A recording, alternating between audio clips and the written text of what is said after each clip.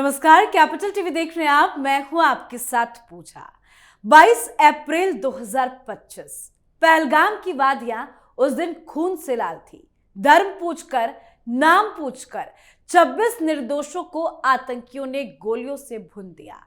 महिलाओं के सामने उनके पतियों को मारा गया, सिंदूर बहाया गया और कहा गया जा मोदी को बता देना। तो बता दिया गया मोदी जी को, और अब मोदी ने भी आतंकियों को समझा दिया कि जब सिंदूर पर वार होता है तब भारत कुछ इस तरह से ही जवाब देता है।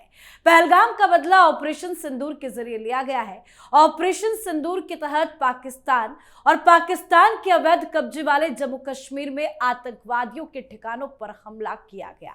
9 आतंकी ठिकानों को तबाह और बर्बाद कर दिया गया।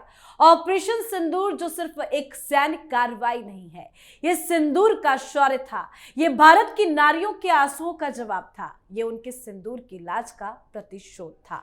बदला ऐसा लिया गया जिससे पाकिस्तान में हाहाकार मचा हुआ है। तो कैसे ऑपरेशन सिंदूर को पूरा किया गया? क्या है भारत की अब अगली तैयारी? क्या चल रहा है पाकिस्तान में? आज इसी को समझेंगे। मेरे साथ स्टूडियो में मौजूद हैं कैपिटल टीवी के editor in chief doctor Manish Kumar. Doctor साहब, बहुत बहुत स्वागत है आपका। धन्यवाद। ऑपरेशन सिंदूर, पीएम मोदी की एक और बड़ी जीत। देखिए, पूरे देश को मुबारकबाद और देश के लिए गर्व की बात है कि इस वक्त जो हमारा लीडर है उसने हिंदुस्तान का परचम पूरी दुनिया में फैला दिया। लेकिन एक दो चीजें जो हिंदुस्तान में भी बहुत लोग पाकिस्तानियों के साथ मिलकर अफवाह फैला रहे हैं, हमने बहुत ही टॉप सोर्सेस से बात की।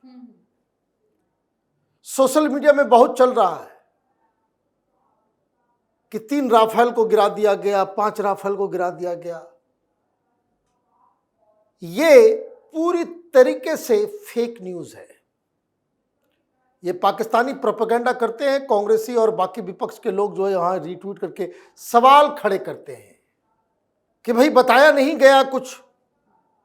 तो एक कंफर्म तरीके से मैं आपको बहुत जिम्मेदारी के साथ बता रहा हूं कि जितने पायलट इन्वॉल्व थे, जितनी एयरक्राफ्ट इन्वॉल्व इसमें थी, किसी को भी एक भी खरोच नहीं आया। ये बेवकूफ पाकिस्तानी जब तक जगे तब तक हम लोग अपनी सीमा के अंदर थे। प्लेन एंड सिंपल, खत्म। अब दूसरी चीज जो समझना है, और क्यों मैं कहता हूं कि प्रधानमंत्री मोदी चाणक्य के चेले हैं, चाणक्य को ही मानते हैं और इसलिए स्ट्रेटजी भी उस तरीके से बनाते हैं। आपको मालूम है कि ये जो स्ट्राइक हुआ है, ये स्ट्राइक पहलगाम के लिए नहीं हुआ। प्रधानमंत्री मोदी ने चुन चुन के उन टारगेट्स को चूज किया कि एक साथ बहुत सारे केसेस का बदला ले लिया गया। और बदला ऐसा लिया गया कि ये आतंकियों का सरदार वो भी कहने लगा कि अच्छा होता मैं मर जाता। उसके भाई के शरीर का कोई अंग पहचान नहीं आ रहा था। भाई भी गया, बीवी भी गई, बच्चे भी गए, रिश्तेदार भी गए, उसके परिवार से 10 बहन भी गई, सारे लोग चले गए। और 4 इनका जो सबसे नजदीकी लोग थे वो भी चले गए। अरे कायर, तुमको भी अपने मरकज के अंदर रहना था। ये आईएसआई के पल्लू में छुप के तुमने यहां लोगों को मरने छोड़ दिया, खुद सेफ जगह पे जाकर के खुद को लोकेट कर लिया। हाफिज सईद का बेटा भी मारा गया। अभी तो बहुत सारी चीजें निकलेंगी। मौत 300 के आसपास है, 300 के आसपास। लेकिन पहले प्रधानमंत्री मोदी के इस टारगेट सिलेक्शन के बारे में बात करते हैं। और एक बात और मैं बता दूं आपको, जब हम रिकॉर्ड कर रहे हैं बॉर्डर पे गोलाबारी चल रहा है, पाकिस्तानियों को बहुत हेवी लॉस हुआ है, बहुत हेवी लॉस। और ये क्यों हुआ है? क्योंकि जब इन लोगों के हाथ कुछ नहीं लगा, तो इन लोगों ने सिविलियन पॉपुलेशन की तरफ गोले फेंकने शुरू कर दिए, उल्लंघन किया। तो जवाबी कार्रवाई जो हुई है, 5-5 किलोमीटर बॉर्डर के अंदर तक गोलाबारी किया गया है। बहुत सारे जो उसके पोस्ट हैं, उनके जो छोटे मोटे जो बैरक्स वगैरह हैं, उसको हिंदुस्तान ने नेस्तो नाबूद कर दिया है। अब ये देखना है कि किस तरीके से ये जो 50-60 लोगों का कैजुअलिटी बताया जा रहा है, उसको पाकिस्तान कैसे छिपाता है, कैसे उसको छिपा पाएगा, वो भी अपने आप में आप देखिएगा कि 2 दिन के बाद ये खबर आएगी। और पुंछ और राजौरी सेक्टर में ये ज्यादा हो रहा है। हिंदुस्तान की आर्मी ठोक रही है एकदम तबीयत से। तो क्यों ये सब हो रहा है भाई? मीटिंग पे मीटिंग चल रही थी, रोज हम लोग बता रहे थे कि कोई बड़ा प्लान हो रहा है। प्लान क्या था? सूद समेत मारना है 9 के 9 जगहों, जिसको टारगेट किया गया। क्यों टारगेट किया गया? आपको अपने आप बात समझ में आ जाएगी कि प्रधानमंत्री मोदी किसी को माफ करते नहीं है। माफी नाम की चीज कोई उनके डिक्शनरी में नहीं है। पहला टारगेट बहावलपुर, जैसे मोहम्मद का हेडक्वार्टर, उसको वहां मरकजे सुभान अल्लाह कहते हैं। बिल्डिंग तबाह, लेकिन वो बिल्डिंग नहीं है, वो कारखाना है आतंक का। और वहीं से जैसे मोहम्मद को ऑपरेट किया जाता था, और मसूद अजहर वहीं रहता था परिवार के साथ। सब चले गए, सब गए। क्या है इस अजहर महमूद का कहानी, जैसे मोहम्मद का कहानी? किस चीज का बदला लिया गया? और ये जब रो रहा है कि भगवान हमको, अल्लाह हमको ही मार दिए होते, हमको अब जीना नहीं है, और रो रहा है पब्लिक में, ये क्यों? प्रधानमंत्री मोदी ने पुलवामा का हिसाब किताब बराबर किया। ये यही अजहर मसूद है और यही जैसे मोहम्मद है जिसने पुलवामा में वो घटना को अंजाम दिया था। तो ये है, आईएसआई के प्रोटेक्शन में रहते थे, और वहां पे बॉम्ब फैसिलिटी था, आईडी बनाने का, ये ट्रेनिंग, वो सारा ट्रेनिंग जो है वहां पे दिया जाता था। और मदरसा चल ही रहा है, इंडोक्ट्रिनेशन, 72 हुर की कहानी सुना करके लोगों को जो है बरगलाने का काम। दूसरा टारगेट मरकज तैयबा, ये मुरीद के, ये लश्कर तैयबा हाफिज सईद का ठिकाना। भाई क्यों तबाह किया गया उसको? क्योंकि ये मुदीरके का ये जो तबेला है ना, इसको कह रहे भाई मस्जिद है तो वहां पे मदरसा है, मरकज है। ये जो मुंबई में जितने लोग आए थे, सबकी ट्रेनिंग यही हुई थी। ये अजमल कसाब, ये यही 6 महीने रह करके ट्रेनिंग लिया था उसने। तो बदला बराबर हुआ, इसलिए टारगेट था, इसको छोड़ा नहीं। ये इंपॉर्टेंट किस लिए है? तो ये मुदीरके और बहावलपुर, ये दोनों पंजाब में, पीओके में नहीं है, हमने घुस के मारा है। तीसरा सरजल, ये तेहरा कलान, ये नारोवाल में है। और ये जैसे मोहम्मद का लॉन्च बेस है। यहां एडवांस ट्रेनिंग के बाद लोगों को रखा जाता है। एक तो वहां पे आपने देखा कि बहावलपुर में आपको ट्रेनिंग मिल गया, सब कुछ मिल गया, और उसमें जो तेज तर्रार होते थे वो यहां पे आते थे, और ये क्लिनिक के नाम पे चलता है। हॉस्पिटल को मार दिया, पाकिस्तानी बोले है कि हॉस्पिटल के ऊपर मार दिया। हॉस्पिटल नहीं था, हॉस्पिटल के बजाय ये क्या था, यहां पे सारे एम्यूनिशंस की ट्रेनिंग मिलती थी।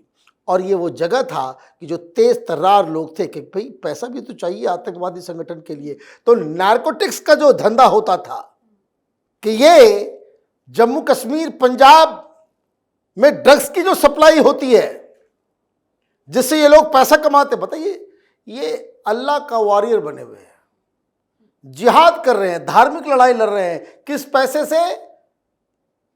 तो नशे के पैसे से, ड्रग्स के पैसे से। इसलिए उसको उड़ाया गया।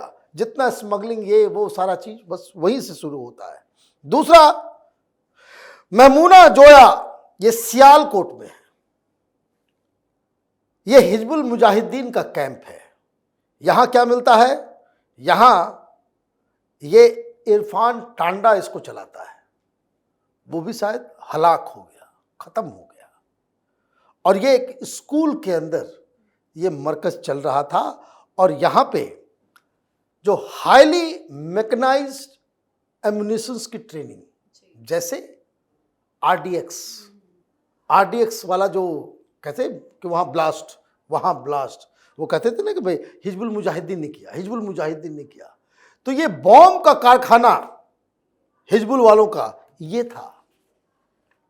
ये सब क्या है? ये सब ट्रेनिंग स्कूल है। यहां पे इंडोक्ट्रिनेशन हो गया, 72 हुर का सपना ले लिया, ट्रेनिंग भी दे दी गई, उसको बिल्कुल फंडामेंटलिस्ट बना दिया गया और उसके बाद इन लोगों को आगे फिर बढ़ाया जाता था। मरकज़े अहले हदीस ये बरनाला में, ये लश्कर तोयबा का है, लेकिन ये आपका पीओके में है। यहां पे आर्म्स स्मगलिंग कहां? रजौरी, रियासी, पूंछ। यहां पे 150 कैपेसिटी था, सब ट्रेन वेन करके आते थे। ये लॉन्च पैड है, ये पीओके में है, सब कुछ आ गए, यहां पे रुक रहे हैं। अब आया कि भाई 4 आदमी को वापस वहां भेजना है, 5 आदमी को वहां भेजना है, बर्फ गल गई, यहां से निकलो, तो वहां से जो है लोगों को भेजा जाता था। और ये टारगेट करने से क्या हुआ कि ये सारे, मैं बता रहा हूं कि बहुत लोगों की मौत हुई है, यहां पे मौत का आंकड़ा बहुत ज्यादा है। तो यहां से ही सब लोगों को जम्मू कश्मीर ट्रांसफर किया जाता था। ये माना जा रहा है कि जो रिसेंट में जितने भी जो चीजें हो रही है वो सब इसी जगह से आए हैं। एक मरकज अब्बास कोटली, ये जैसे मोहम्मद का ट्रेनिंग ग्राउंड है, और यहां कारी जर्रार वो और रौफ असगर ये उसको वहां पे मैनेज करता है, लीड करता है। पता नहीं बचा कि नहीं बचा। और यहां पे विंटर असॉल्ट टीम, बर्फ जाड़े में किसी ऑपरेशन को ये करना है, उसकी ट्रेनिंग वहां मिलती थी। और ये लोगों ने बहुत बार सिक्योरिटी, जो आप सुनते हैं कि भाई सिक्योरिटी ऑफिसर घुस गए, वहां पर अटैक हो गया, ये हो गया, वो हो गया, ये सारे काम में ये लोग लगे हुए थे कोटली का। अब सवाई नाला कैंप, ये मुजफ्फराबाद, बेतुल मुजाहिदीन, ये लश्कर तोयबा का है। और 2008 में जो मुंबई धमाका हुआ, उसकी एक टीम यहीं पे थी। इसकी कैपेसिटी 250 मिलिटेंट को, ये लॉन्च पैड है। अब जो मैं बता रहा हूं, जो पीओके का मामला है, उधर ट्रेनिंग, उधर सब कुछ हो गया, और उसके बाद यहां पे लोगों को जमा कर, जैसे जैसे आदेश आते जाएगा आईएसआई का, पाकिस्तान की आर्मी का, कि 10 वहां भेजो, 10 वहां भेजो, वहां स्लीपर सेल वहां, अच्छा भाई अमरनाथ में अटैक करना है तो 5 आदमी वहां से जाएगा, 10 आदमी वहां से जाएगा। ये सारे लोग उसके गुलाम हैं। ये strategic base for Gurez, Kupwara and Sonamarg operation area सबका बटा हुआ है, और ये पूरी तरीके से आईएसआई फिनांस्ड है। दौराए आम ट्रेनिंग मिलती है यहां पे, ये कश्मीरियों को भड़काने का काम। और 9वां मरकज सैयदना बिलाल, ये मुजफ्फराबाद के अंदर है। ये मुफ्ती असगर खान कश्मीरी, ये उसको चलाता है। और ये नोटोरियस आसिक नेनगोरू, ये जो फ्यूजिटिव है, हैंडलर है, वो यहीं पे छिपा हुआ है। और यहाँ पे जो पाकिस्तान की आर्मी की जो एसजी कमांडर्स जो होते हैं, एससीजी कमांडर्स, वो ट्रेनिंग देने के लिए यहाँ पे ये एडवांस ट्रेनिंग सेंटर है, कि जहाँ बहुत ज़्यादा एडवांस जो टेररिस्ट वगैरह जो होते हैं, कमांडर वमांडर पैदा होते हैं। तो ये जो है साफ साफ दिख रहा है। मतलब कि सिर्फ मुंबई हमला हो या पुलवामा हो, इस तरह के जितने भी हमले अब तक हुए हैं उन सबका हिसाब किताब एक बार ले सारा फाइल लेकर के आ जाओ कि भाई कहां कहां टारगेट है। तो ये डोभाल साहब ने दिया कि देखिए ये घटना ये सारी चीजें हैं, 21 की लिस्ट है। तो कैसे बचेगा मसूद अजहर? अब कैसे बचेगा, इसलिए तो भगा लिया गया। ये मसूद अजहर हो या फिर सईद हो, ये दोनों तो अपने अपने ठिकाने से भाग गए। अगर वहां पे रहते निपट गए होते, क्योंकि वो कहां पे। और मैं आपको एक बात बता दूं कि इनको लोकेट जो किया गया, जो एग्जैक्ट कहां पे मारना है, कैसे क्या करना है, इसके लिए रॉ को सैल्यूट करना पड़ेगा। क्योंकि ये फिजिकली वेरीफाई करके, फिजिकल वेरिफिकेशन पे, जैसे इसका परिवार नहीं निकला, पूरा का पूरा परिवार चला गया। ये सईद का भाई, हाफिज सईद का भाई फंसा रह गया, मर गया। वो पूरी बिल्डिंग नहीं उड़ाई गई है। To the point. आप देखिए हर जगह वो आर्मी वाले आ रहे हैं, पाकिस्तान का झंडा लग रहा है, जनाजे में वो सैल्यूट मारा जा रहा है। आतंकियों के लिए नहीं, ये सब आईएसआई के लिए काम करने वाले लोग थे, पाकिस्तान के आर्मी के लिए काम करने वाले लोग थे। ऐसे नहीं कोई पहुंच जाता है। ये जानते हुए कि वीडियो बन रहा है, सब कुछ हो रहा है। तो ये आप समझिए कि ये प्रधानमंत्री मोदी ने कितना फास्ट और कितना तगड़ा दिमाग लगाया। सर अब आगे क्या पाकिस्तान रिटेलिएट करेगा? देखिए, अगर वो अगले 24 घंटे में रिटेलिएट नहीं कर सका, तो आप ये समझिए कि जो गिदड़ भभकियां वो दे रहा था, वो गिदड़ भभकी ही थी। हम इंतजार कर रहे हैं। हालांकि सेना की तरफ से एक ताजा बयान भी सामने आया। उन्होंने कहा कि अगर पाकिस्तान की तरफ से कोई कार्रवाई की जाती है तो मुंह तोड़ जवाब देंगे। मुंह तोड़ नहीं, शरीर तोड़। सिर्फ मुंह नहीं टूटेगा, खंड खंड विखंड हो जाएगा पाकिस्तान। ये तैयारी है हिंदुस्तान की। वो हालांकि उनको भी समझ में आ रहा है, पतलून गीली हो गई। देखिए तस्वीरें जो आ रही है, ऐसा लग रहा है कि कोई मातम वगैरह हो गया है। डिमोरलाइज पाकिस्तान की जनता इनके साथ नहीं है। अब तो शाम तक जो है, मैं देख रहा था पाकिस्तान के सोशल मीडिया से, अब लोग पूछने लगे कि भाई कहाँ है, कि ये समा टीवी में जाकर के वो बोल आया कि भाई 5 हमने गिरा दिए राफेल। और इस इंटरव्यू के बाद वो बीबीसी में बैठता है, वहां नंबर भूल गया, बोला भाई 3 गिराया है हमने, 1 भी नहीं गिरा। लेकिन आप पब्लिक को बेवकूफ बना रहे हो। गिरा तो सबूत कहाँ है? पुराने वीडियोस वो ट्विटर वाले भी लगा दे रहे हैं कि नहीं फेक है। आप ये समझो कि आपने तो पाकिस्तान की जनता को, जैसे मैं बार बार कह रहा हूं, प्रधानमंत्री ने लोगों का एक्सपेक्टेशन बढ़ा दिया। लोग कहने लगे कि भाई इस बार तो पाकिस्तान में घुस के मारेंगे, ये करेंगे, वो करेंगे, ऐसे होगा, एक जगह अटैक नहीं होगा, कई जगह होगा। आपने लोगों का एक्सपेक्टेशन बढ़ा दिया, और अगर एक्शन नहीं लेते तब क्या होता? प्रधानमंत्री मोदी की किरकिरी होती। लेना, वो तो कह ही रहे हैं कि ये तो लेना ही था, ये लेना ही था, क्योंकि जनता चाह रही है। अब वहां की जनता चाह रही है कि रिटेलिएट करो। मोदी घुस के मार गया, अब आपने एक्शन नहीं लिया तो क्या होगा?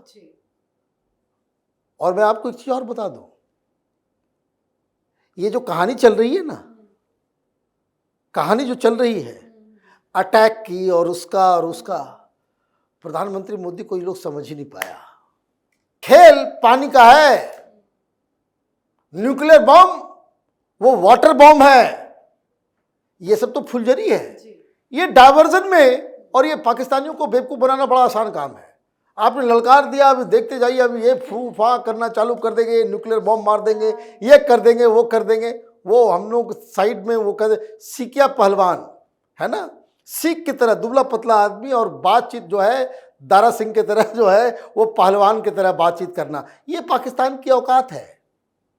रिटेलिएशन 4 घंटे में होता है कि आपने घुस के मारा, 4 घंटे में वापस आपने, तब आपके प्रिपेयर्डनेस का समझ में आता है। आप चूक गए तो चूक गए। और हिंदुस्तान ने कह दिया कि अगर फिर कोई दुस्साहस तुमने किया, if you try to become smart, तो फिर आपका पूरा ड्रेसिंग डाउन जो है वो प्रॉपर तरीके से कर दिया जाएगा। तो वो अलग कहानी है। एक सिग्नल आया, सिग्नल वहां का रक्षा मंत्री दे रहा है। वो कल तक जो है वो हर जगह पूरा दुनिया भर में जो है न्यूक्लियर बम फेंक रहा था, है ना, न्यूक्लियर बम सबसे ज्यादा वही कर रहा था। तो अब ये सारी चीजें हो गई, हकीकत से वास्ता हो गया, उनको समझ में आ गया। अब वो करें कि भाई अगर प्रधानमंत्री मोदी और भारत जो है अब एस्केलेट नहीं करता है तो फिर मामला यहीं पे फिर हम लोग भी रिस्पॉन्ड नहीं करेंगे। भाई तुम्हारी हैसियत नहीं थी, तुम्हारी औकात नहीं थी, तुम बड़बोलापन का दिखा रहे थे। हकीकत से वास्ता पड़ा तो इससे क्या होगा, मिलिट्री की तो थू थू। और इसलिए देखिए क्या हुआ, इमीडिएटली प्रधानमंत्री ने अपने सर से सारा बोझ हटा दिया। वहां इमरजेंसी मीटिंग हुई और उसमें क्या फैसला हुआ कि प्रधानमंत्री ने मुनीर को कहा कि भाई आप आजाद हो एक्शन लेने के लिए। अब एक्शन नहीं लेगा मुनीर तो बचाएंगे पहले तो वो जाएगा, और अगर एक्शन लेता है और उसमें कुछ पिट के आता है फिर से, तो फिर सवाज शरीफ यही कहेगी कि देखिए हमने तो मुनीर के ऊपर भरोसा किया, ये मुनीर जो है हम लोगों का। तो ये खेल चल रहा है पाकिस्तान अंदर से ही। और एक और बुरी खबर आ गई, वहाँ पे अटैक हुआ, बीएलए ने अटैक किया है, 10 आर्मी ऑफिशियल्स के जो है सर तन से जुदा हो गया है। तो ये सारी प्रॉब्लम्स के बीच Pakistan is a no match. Hindustan के सामने उसका कोई कंपटीशन ही नहीं है, वो कहीं दूर दूर तक नहीं है। और इसीलिए मुझे लगता है कि प्रधानमंत्री he played well and he is playing well. और सबसे बड़ी चीज उनका निशाना ये 9-10 मदरसे मरकज नहीं, प्रधानमंत्री का निशाना टिका हुआ है उस सिंधु के पानी के ऊपर।